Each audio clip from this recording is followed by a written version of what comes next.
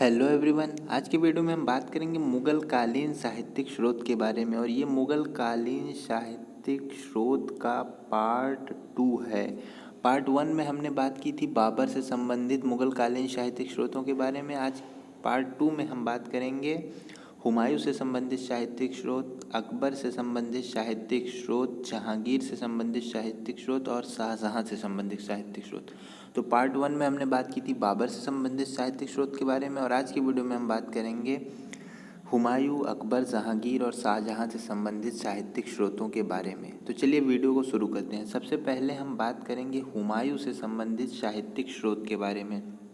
तो हुमायूं से संबंधित साहित्यिक स्रोतों की बात करें तो सबसे पहले आता है हुमायूंनामा। हुमायूंनामा जो है वो हुमायूं की आत्मकथा है। हुमायूं के जीवन के बारे में इसमें वर्णन है और इसको लिखा है गुलबदन बेगम ने। गुलबदन बेगम जो थी वो बाबर की बेटी थी, यानी हुमायूं की बहन जो है उन्होंने ही हुमायूंनामा लिखा है। गुलबदन बेगम हुमायूं की बहन थी, बाबर की बेटी थी और इन्होंने हुमायूंनामा लिखा है। ये इसमें हुमायूं की आत्मकथा का इन्होंने वर्णन किया है, हुमायूं के जीवन से संबंधित घटनाओं का वर्णन किया है। इन्हीं गुलबदन बेगम ने आगे चलकर अकबर के शासनकाल में अकबर के कहने पर हुमायूं और बाबर इन दोनों लोगों का इतिहास लिखा है।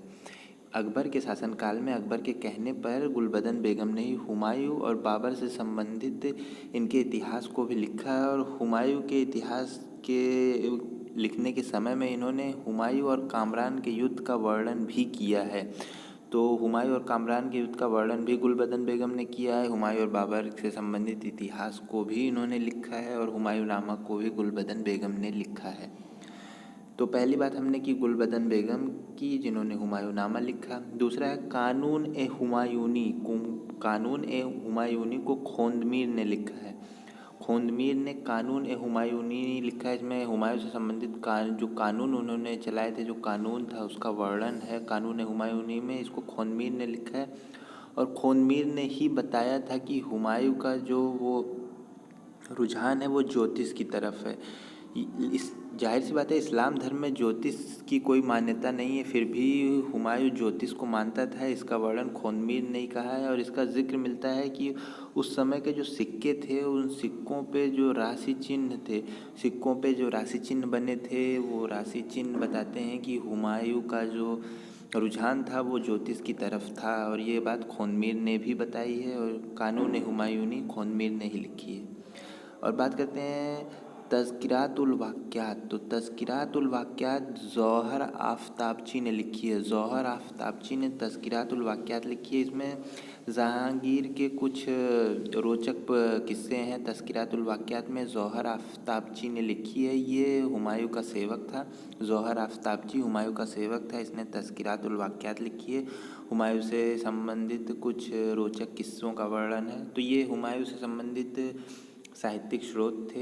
हुमायूंनामा गुलबदन बेगम, कानून हुमायूनी खोंदमीर, तज़किरातुल वाक़ियात जौहर आफ्ताबची ने लिखे हैं। अब हम बात करते हैं अकबर से संबंधित साहित्यिक स्रोतों के बारे में। तो अकबर से संबंधित साहित्यिक स्रोत आईने अकबरी, अकबरनामा, ये अबुल फज़ल ने लिखी है। अबुल फज़ल ने लिखी है। ये जो अकबरनामा है, इस अकबरनामा के 3 पार्ट हैं। अकबरनामा के जो हैं वो 3 पार्ट हैं। अकबरनामा के 3 पार्ट हैं। उसी का एक पार्ट है आईने अकबरी, और आईने अकबरी के खुद 3 पार्ट हैं। यानी अकबरनामा का 3 पार्ट है, उन 3 पार्ट में से एक पार्ट है आईने अकबरी और आईने अकबरी के खुद 3 पार्ट हैं। ये सब लिखा है अबुल फज़ल ने। तो अबुल फज़ल ने इन चीज़ों को लिखा है आईने अकबरी और अकबरनामा को। इसके 3 पार्ट हैं और इस 3 पार्ट में से एक पार्ट आईने अकबरी है और आईने अकबरी के खुद 3 पार्ट हैं। मुंतखब उत तारीख़, मुंतखब उत तारीख़ जो लिखा है वो मुल्ला अब्दुल कादिर ने लिखा है। मुल्ला अब्दुल कादिर ये अकबर के आलोचक के रूप में जाने जाते थे। इन्होंने अकबर की खूब सारी आलोचनाएं की हैं। तो मुल्ला अब्दुल कादिर ने मुंतखब उल तारीख़ लिखा है। ये अकबर के आलोचक थे, इसलिए ये इम्पोर्टेंट हो जाता है। मुल्ला अब्दुल कादिर ने मुंतखब उल तारीख़ लिखा है। तो आईने अकबरी और अकबरनामा अबुल फज़ल ने लिखा है। मुंतखब उत तारीख़ जो है वो मुल्ला अब्दुल कादिर ने लिखा है। ये अकबर के आलोचक थे। अब हम बात करते हैं जहांगीर से संबंधित साहित्यिक स्रोतों के बारे में। तो जहांगीर से संबंधित साहित्यिक स्रोत हैं वो तुजुक ए जहांगीरी है। तुजुक ए जहांगीरी ये जहांगीर ने खुद लिखा हुआ है, जहांगीर की आत्मकथा है। तुजुक ए जहांगीरी जहांगीर ने खुद लिखा हुआ है।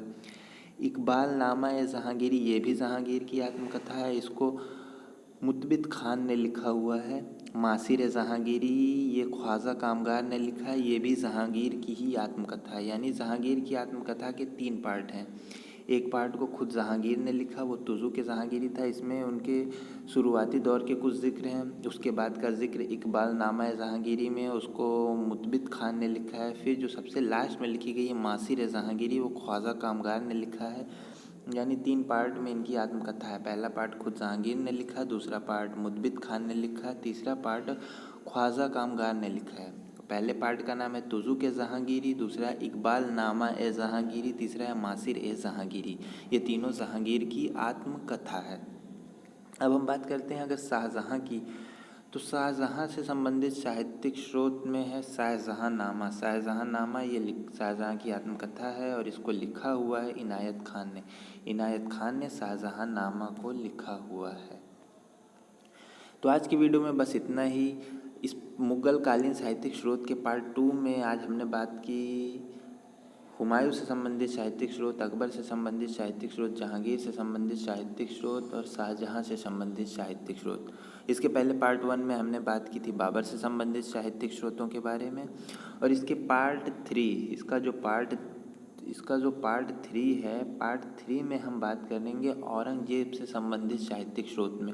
पार्ट 3 में सिर्फ औरंगजेब से संबंधित साहित्यिक स्रोत की बारे में बात करेंगे, क्योंकि औरंगजेब के समय में इतिहास लेखन बंद कर दिया गया था। फिर भी उस समय के जो साहित्यिक स्रोत हैं वो इम्पॉर्टेंट हो जाते हैं, तो उसकी बात हम पार्ट 3 में करेंगे। तो आज की वीडियो में बस इतना ही। वीडियो अगर अच्छी लगी तो इसे लाइक और शेयर ज़रूर करिएगा और आगे की वीडियोस के लिए चैनल को सब्सक्राइब और बेल आइकन को प्रेस करना मत भूलिएगा। Thank you.